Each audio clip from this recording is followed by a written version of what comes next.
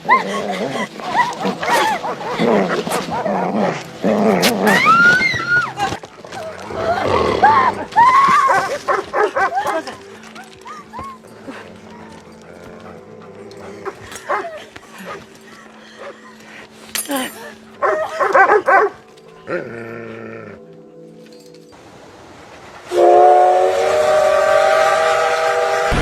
awal film, kita akan melihat seorang pria bernama Yoshiyuki Suzuki yang merupakan seorang kepala keluarga yang sangat gila kerja, seperti halnya masyarakat Jepang pada umumnya. Kemudian si berpindah memperlihatkan suasana rumah keluarga Suzuki. Mitsui istrinya baru saja menerima paket sayuran organik dan ikan segar dari ayahnya yang berada di Kagoshima. Sembari melakukan panggilan telepon dan berterima kasih pada ayah, di belakang terlihat anaknya yang bernama Yui. Terlihat gizi melihat ikan yang akan dibersihkan ibunya karena selama ini mereka hanya makan makanan instan saja, tak perlu ribet untuk membersihkannya. Ketika Mitsui menawarkan diri untuk berbicara dengan sang kakek, dia menolak dengan kalimat yang kurang sopan. Sementara itu, Suzuki terlihat sedang asik dengan kegiatannya menonton televisi. Ketika akan memotong ikan tersebut, Mitsui terlihat bingung harus memulainya dari mana. Karena tak bisa, kemudian dia meminta bantuan suaminya. Akhirnya, Mitsui membungkus kembali ikan itu dan memasukkannya ke dalam kulkas. Ketika Suzuki membuka rambut palsunya terjadi sedikit kehebohan, karena ada serangkaian jatuh dari sayuran organik yang dikirim ayahnya. Anak mereka berkata hal-hal seperti inilah yang membuatnya tak mau memakan sayur-sayuran organik.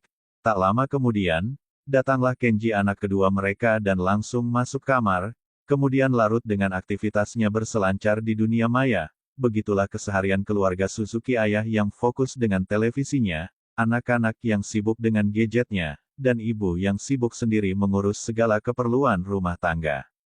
Keesokan harinya, Suzuki bangun kesiangan karena alarmnya tak berbunyi. Semua anggota keluarga terlihat sibuk gini itu karena terjadinya pemadaman listrik yang tak biasa. Semua peralatan elektronik dapat digunakan lalu mereka berangkat kerja dan sekolah tanpa sarapan, karena kompor gas dan rice cookernya juga tak dapat menyala. Lift juga tak berfungsi sehingga semua penghuni apartemen itu harus menggunakan tangga darurat. Saat Suzuki sampai di stasiun ternyata kereta pun tak berfungsi, sehingga dia harus berjalan kaki sampai ke kantornya. Sementara itu Kejiya menggunakan sepeda mulai merasa keanehan, di mana orang-orang tampak kebingungan sebab mobil-mobil mereka tak dapat dinyalakan. Ketika Suzuki sampai di kantornya terlihat kerumunan karyawan yang tak bisa masuk, karena pintu gedung tak bisa dibuka. Seseorang mengusulkan untuk memecahkan pintu kaca itu. Dan barulah mereka bisa masuk dalam kantor. Sayangnya, meskipun begitu semua peralatan listrik di kantor juga mati, begitupun dengan komputernya, dan akhirnya membuat semua pegawai kebingungan karena tak dapat melakukan pekerjaan. Sementara Mitsui yang sedang berada far market mendapati banyak barang-barang yang dia butuhkan sudah tak tersedia, dan saat akan membayar dia harus menunggu antrian yang sangat panjang. Karena mesin kasir yang tak berfungsi sehingga perhitungan dilakukan secara manual, kemudian seorang pegawai menghimbau seluruh pelanggan untuk menyiapkan uang tunai. Karena pembayaran menggunakan kartu tak bisa digunakan, terlihat seorang pelanggan ingin menarik uangnya di ATM. Namun ATM itu pun tak berfungsi di saat yang bersamaan karena tak ada yang dapat dikerjakan. Semua karyawan di kantor Suzuki dipersilahkan untuk pulang. Mendengar hal itu, Suzuki merasa keberatan karena di pikirannya hanya kerja-kerja dan kerja. Dalam perjalanan pulang Suzuki memutuskan untuk membeli sebuah sepeda terakhir yang tersedia di sebuah toko, walaupun dengan harga yang lebih tinggi dari biasanya. Di malam pertama pemadaman listrik, keluarga Suzuki untuk pertama kalinya berkumpul dan makan bersama. Suzuki yang gila kerja, membawa pekerjaannya ke rumah dan marah. Ketika Free menegurnya lalu dia juga memarahi Kenji karena kebiasaannya yang sering tak menyahut ketika diajak berbicara. Selesai dengan semuanya, Mitsui pun berdiam diri di balkon. Kemudian Suzuki yang selesai dengan pekerjaannya pun menghampiri. Lalu Mitsui memanggil kedua anaknya dan bersama-sama melihat indahnya galaksi dan bintang-bintang, yang mungkin selama ini karena sibuk dengan rutinitas dan hiburan dunia, mereka lupa kalau ada keindahan alam yang terbentang di alam semesta. Keesokan harinya, Di hari ketiga pemadaman listrik terlihat cucian piring yang sudah menumpuk dan Mitsui terlihat kelelahan mencuci baju dengan tangan menggunakan sisa-sisa air yang ada. Sementara itu Yuri yang berangkat ke sekolah mengurungkan niatnya untuk masuk kelas, karena tak adanya guru yang mengajar di kantor Suzuki. Bosnya meliburkan semua pegawai hingga sampai listrik kembali menyala. Suzuki jadi satu-satunya karyawan yang protes dengan kebijakan tersebut. Lalu bosnya bertanya apakah Suzuki tak mengkhawatirkan keluarganya. Di dalam perjalanan pulang Suzuki kembali bertemu dengan bosnya, dan mengatakan bahwa dia dan keluarganya akan berkemah ke gunung, karena di sana terdapat sumber air. Mitsui beserta warga yang lainnya mendatangi kantor PDAM untuk mencari air. Namun, petugas menjelaskan bahwa mereka memang memiliki persediaan air di penampungan bawah tanah. Tapi masalahnya tak satu pun dari pompa yang ada dapat digunakan. Lalu petugas menyeramkan mereka pergi ke taman karena di sana tersedia air yang dapat diambil untuk minum. Suzuki yang mengambil uang dibangun mengalami kesulitan karena banyaknya warga yang mengantri. Saat berdesak-desakan Suzuki yang menjatuhkan berkas kerjanya harus terinjak-injak. Ketika mencoba menyelamatkan berkas tersebut hingga akhirnya dia memutuskan untuk mengurungkan niatnya dalam waktu 7 hari.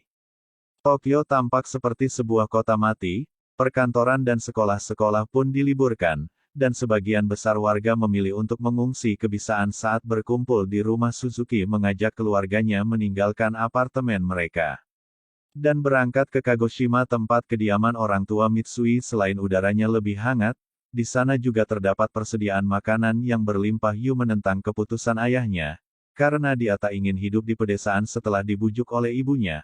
Akhirnya dengan berat hati Yoi pun setuju karena jarak antara Tokyo dan Kagoshima adalah 1.300 km.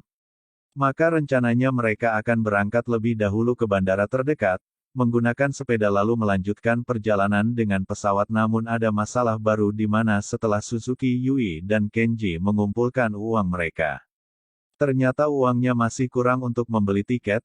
Kemudian mereka dibuat terkejut ketika ibunya mengeluarkan uang yang cukup banyak, hasil dari simpanannya selama ini yang telah diatur siapkan untuk keadaan darurat. Sebelum berangkat Suzuki protes pada anaknya yang masih saja memakai bulu mata palsu. Saat seperti ini seketika Yui pun langsung membalikkan perkataan tersebut pada ayahnya yang masih memakai rambut palsunya. Kemudian mereka pun berangkat walaupun hanya mengendarai sepeda, dan dalam kondisi seperti ini entah kenapa Suzuki dan Mitsui terlihat bahagia. Di sepanjang perjalanan, mereka melihat banyak orang berjualan air mineral dengan harga yang berkali lipat dari harga biasanya. Suzuki pun menahan rasa hausnya. Semakin jauh mereka berjalan maka semakin mahal pula harganya. Ditawarkan oleh para pedagang tak tahan dengan rasa haus, kemudian Suzuki berhenti di sebuah toko yang menjual dengan harga yang lebih mahal dari tempat sebelumnya. Setelah tawar-menawar akhirnya pedagang tersebut memberikan diskon karena membeli dalam jumlah yang banyak. Kemudian mereka beristirahat di sebuah taman. Yu mendadak sakit perut dan ingin buang air besar, namun karena proyeknya yang begitu jorok, akhirnya mau tak mau dia pun melakukannya di taman. Sesampainya di bandara ternyata tak ada satupun penerbangan karena pesawat juga tak dapat digunakan.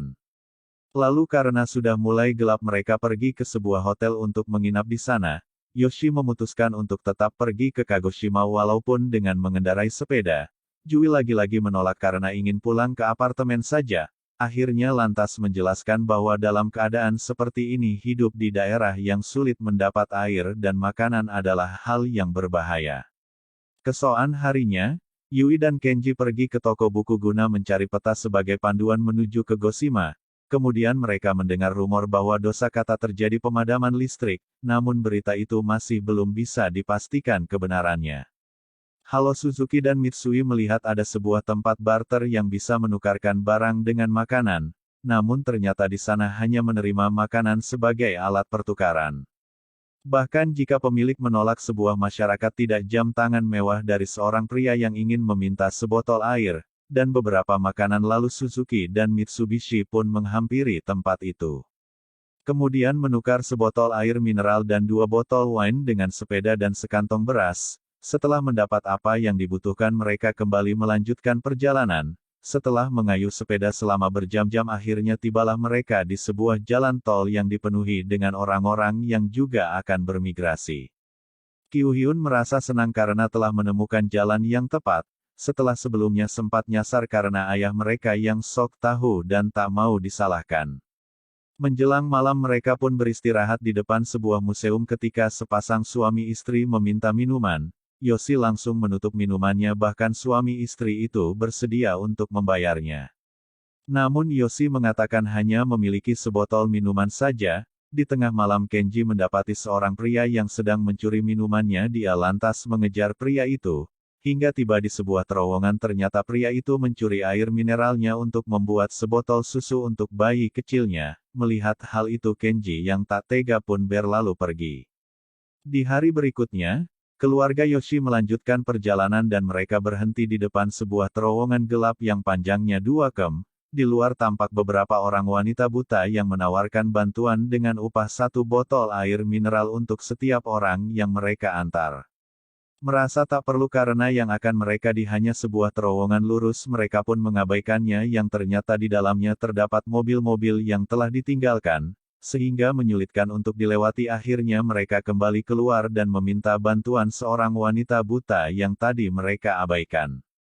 Memasuki hari ke-16 pemadaman listrik Suzuki dan keluarganya berkemah di tepi sungai. Selain korek api yang tinggal 4 batang mereka juga kehabisan persediaan air. Suzuki mengatakan pada anaknya untuk jangan khawatir karena jika diperlukan dia akan mengajarinya cara untuk menyalakan api menggunakan teknik tradisional. Selesai makan Suzuki yang kausan kemudian meminum air sungai walaupun sempat dilarang oleh istrinya, namun Suzuki mengatakan dia akan baik-baik saja saat melanjutkan perjalanan. Tiba-tiba terjadi hujan besar, lalu mereka berteduh di bawah sebuah jembatan. Tiba-tiba angin yang berhembus kencang menyapu sepeda mereka, yang membuat semua barang-barang dan persediaan makanan berhamburan. Suzuki pun mendadak mengalami diare yang mungkin disebabkan karena telah meminum air sungai tadi. Setelah hujan reda mereka mendapati semua peralatan yang telah hancur berantakan dan beras yang telah bercampur dengan tanah. Lalu tiba-tiba Suzuki pun ambruk. Kenji dan Yi berusaha mencari persediaan makanan dan kebutuhan yang mereka perlukan ke supermarket yang tak lagi ada penjaganya. Namun sayang bahan makanan korek api dan segala yang mereka butuhkan sudah tak tersedia. Akhirnya mereka membawa makanan kucing sebagai makanan air aki untuk diminum dan sebuah suara. Sedikit informasi bahwa ternyata Irakis ulang emang bisa diminum. Tapi hati-hati kan ada juga jenis air aki yang gak bisa diminum biasanya dikemas dalam kemasan warna merah. Untuk lebih jelasnya silakan Google sendiri. Sementara itu Suzuki terlihat sedang berusaha menghidupkan api menggunakan cara tradisional yang tak kunjung berhasil. Kenji merekam balik memberikan suara pada ayahnya untuk membuat api. Tapi Suzuki tak mau menggunakannya ketika melanjutkan perjalanan mereka kembali kehujanan, dan beristirahat di pinggir jalan sembari memakan makanan kucing dan air aki. Kemudian mereka berpapasan dengan sebuah keluarga yang tak terlihat seperti sedang mengungsi melainkan hanya seperti liburan biasa saja.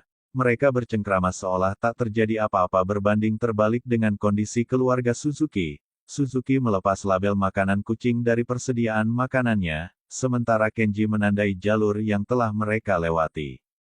Lalu keluarga itu mengajari mereka cara bertahan hidup. Mereka mendapatkan air dari bebatuan yang mengeluarkan air di pegunungan. Adanya lumut menandakan bahwa air itu tak beracun. Kemudian memilih dedaunan di pinggir jalan lalu dikeringkan sebagai persediaan makanan yang tahan lama. Ketika istri dan anak-anaknya belajar bertahan hidup dari keluarga itu. Suzuki tanpa kiri karena keluarga itu mampu bertahan hidup lebih baik dari keluarganya. Salah seorang anak dari keluarga itu memotong keluarga Suzuki menggunakan kamera analog miliknya. Dan Dewi berpesan setelah semua ini selesai, dia meminta agar dikirimkan foto tersebut ketika melanjutkan perjalanan. Suzuki merasa semakin buruk. Ketika melihat kepala keluarga lain mampu menjalankan tugasnya dengan baik. Kemudian dia memutuskan untuk berada jauh di depan, saat beristirahat di sebuah jembatan sekelompok tentara berjalan melewati mereka. Saat ditanya mereka menjawab bahwa mereka juga tak mengetahui apa yang terjadi, dan mereka sedang menuju Shizuka untuk melihat keadaan di sana, lalu ia bertanya, apakah benar dewasa? Terjadi pemadaman listrik? Namun sayang mereka juga belum mengetahuinya. Akhirnya kedua keluarga itu berpisah di sebuah persimpangan karena Suzuki yakin. Pemadaman listrik pada hari ke-43 tibalah mereka di Osaka, tapi ternyata di sana juga mengalami keadaan yang sama di mana para penduduknya telah mengungsi ke daerah lain. Yu marah pada ayahnya yang telah mengajak mereka ke Osaka, dan akhirnya malah membuang-buang waktu. Suzuki pun tak terima disalahkan, karena merasa selalu paling benar dan egois, hingga kemudian istrinya mengatakan bahwa memang begitulah sikap ayah kalian. Seketika Suzuki terdiam, karena selama ini itunya tak pernah berkata seperti itu. Akhirnya dia menyadari bahwa ternyata selama ini Mitsui selalu menutupi kebodohannya sebagai seorang suami.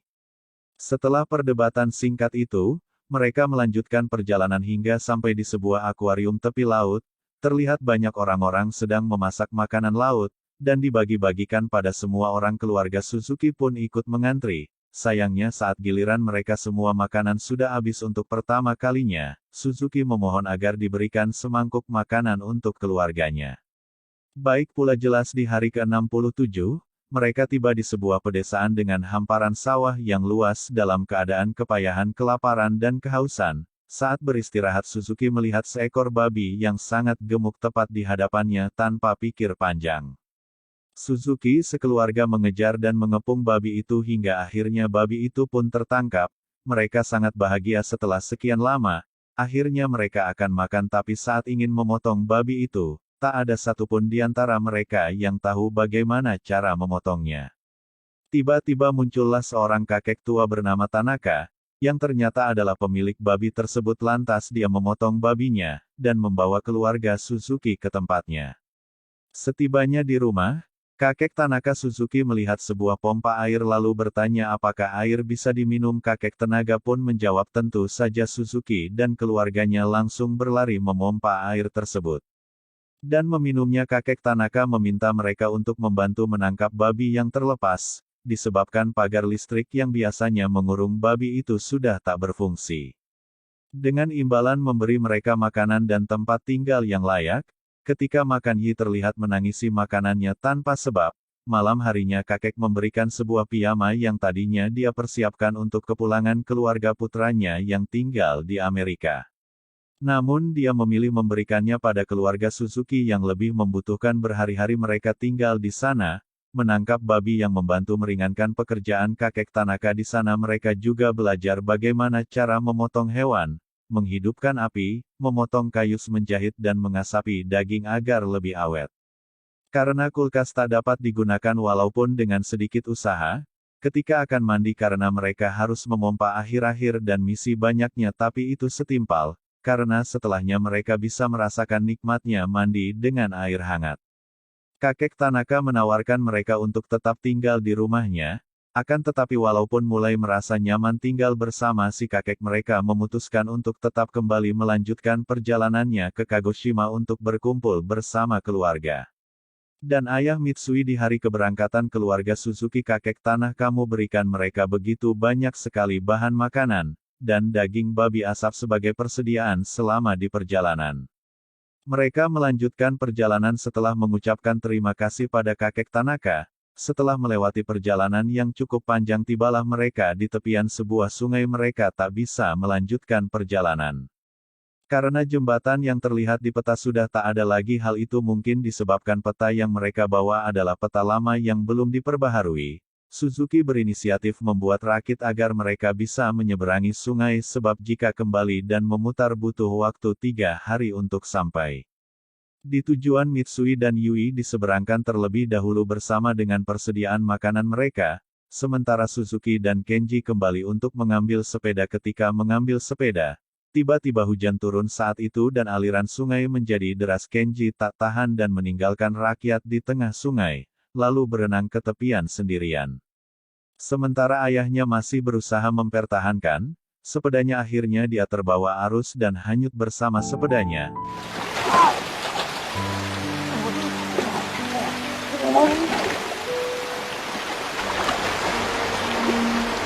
Sempat mencari namun Kenji hanya berhasil menemukan rambut palsu ayahnya.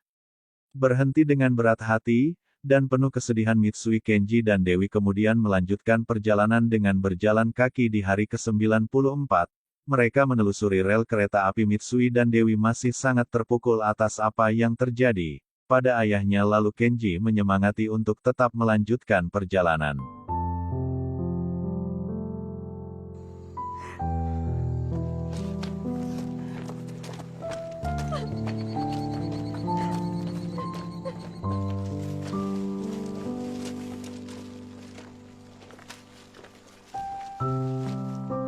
Di tengah perjalanan, ketika Yuri sedang memakan dagingnya, dia melihat seekor anjing yang terus membuntuti, lalu memberikan dagingnya pada anjing yang terlihat sangat kelaparan. Setelah mengambil makanan, Yi terlihat kesal karena anjing itu berlalu pergi begitu saja. Tak lama kemudian, tiba-tiba segerombolan anjing menyerang dan menggigit Asmi yang berisi daging. Michu yang kaget pun terjatuh ke tebing dan mengalami patah kaki. Sementara persediaan makanan di dalam tasnya tak bisa diselamatkan. Lalu setelah berhasil naik ke atas, tiba-tiba segerombolan anjing tadi kembali dan mendekati mereka.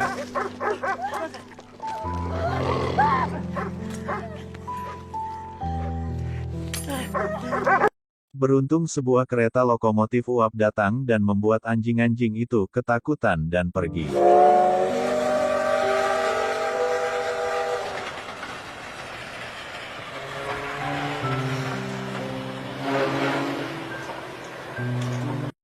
Memang singkat cerita, akhirnya mereka menaiki kereta tersebut untuk melanjutkan perjalanan. Seseorang mengobati luka Mitsui dan mereka menangis ketika orang itu menanyakan di mana ayah mereka. Bisa yang bersamaan, ternyata Suzuki masih hidup dan terdampar di pinggir sungai. Dia pun bangkit dan berjalan sempoyongan hingga akhirnya tersandar di sebuah traktor di pinggir jalan. Dari tempatnya bersandar samar-samar, Suzuki melihat sebuah kereta lokomotif uap yang melintas tepat di hadapannya. Dia coba memanggil dan melambaikan tangan, namun kondisinya sangat lemah sekali. Kemudian dia menyalahkan suara pemberian Kenji waktu itu yang ternyata masih tersimpan di sakunya.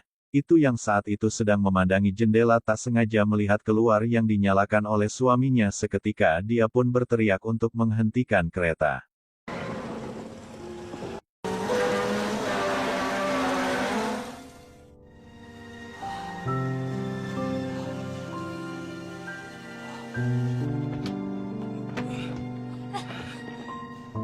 Singkat cerita, Suzuki yang sudah berada dalam kereta, terbangun saat itunya bercerita tentang masa lalunya yang sering menaiki kereta untuk bolak-balik meminta restu pada orang tuanya, karena ternyata pada awalnya pernikahan mereka sempat tak mendapat restu dari ayah Migoing. Melalui mengembalikan rambut palsu suaminya, Suzuki mengambilnya lalu kemudian membuangnya keluar jendela. Ketika melewati terowongan, terjadi sebuah hal yang tak terduga di mana asal lokomotif masuk ke dalam ruangan. Dikarenakan beberapa jendela yang tak tertutup, setelah melewati terowongan, seketika semua penumpang tertawa terbahak-bahak melihat wajah orang-orang di sampingnya yang telah menghitam. Terkena asap lokomotif yang masuk ke gerbong kereta setelah perjalanan panjang yang berliku dan penuh rintangan, akhirnya keluarga Suzuki sampai di tepi pantai Kagoshima pada hari ke-108. Betah bahagianya mereka ketika melihat ayam itu yang sedang memancing di tepi laut. Singkat cerita, 2 tahun 126 hari semenjak padamnya lampu, Suzuki dan Kenji enaknya kini menjadi nelayan. Sementara Yui bekerja menenun kain dan Mitsui bekerja di kebun bersama ayahnya. Hai ini kehidupan keluarga Suzuki tampak harmonis dan bahagia walaupun hidup sederhana di tengah pedesaan. Pukul 1 Suzuki terbangun karena mendengar suara jam beker, lalu dia mencari asal suara tersebut dan mendapati sebuah jam yang kembali berdetak. Tak lama kemudian toa di desa juga berbunyi yang membuat semua orang keluar dari dalam rumah mereka. Lalu lampu-lampu kembali menyala dan di hari itu listrik yang bertahun-tahun padam kini telah kembali menyala. Beberapa waktu kemudian, kota Tokyo kembali normal seperti dulu. Namun masih belum diketahui apa penyebab pasti pemadaman listrik global yang menyebabkan semua perangkat elektronik mati. Selama 2,5 tahun lamanya, banyak spekulasi berkembang, di antaranya hal itu disebabkan oleh radiasi matahari dan sebagian lagi berpendapat ini adalah ulah teroris yang secara khusus menyerang pemakaian listrik. Sementara itu di rumah keluarga Suzuki kini ada yang berbeda. Mitsui terlihat mahir memotong ikan, Dwi dan Kenji membawa bekal pergi ke sekolah dan Suzuki yang bersepeda ke kantornya. Kemudian seorang kurir mengantarkan paket untuk Yi dan ketika dibuka ternyata itu adalah foto keluarga mereka yang diambil 2 tahun yang lalu. Dan film pun selesai.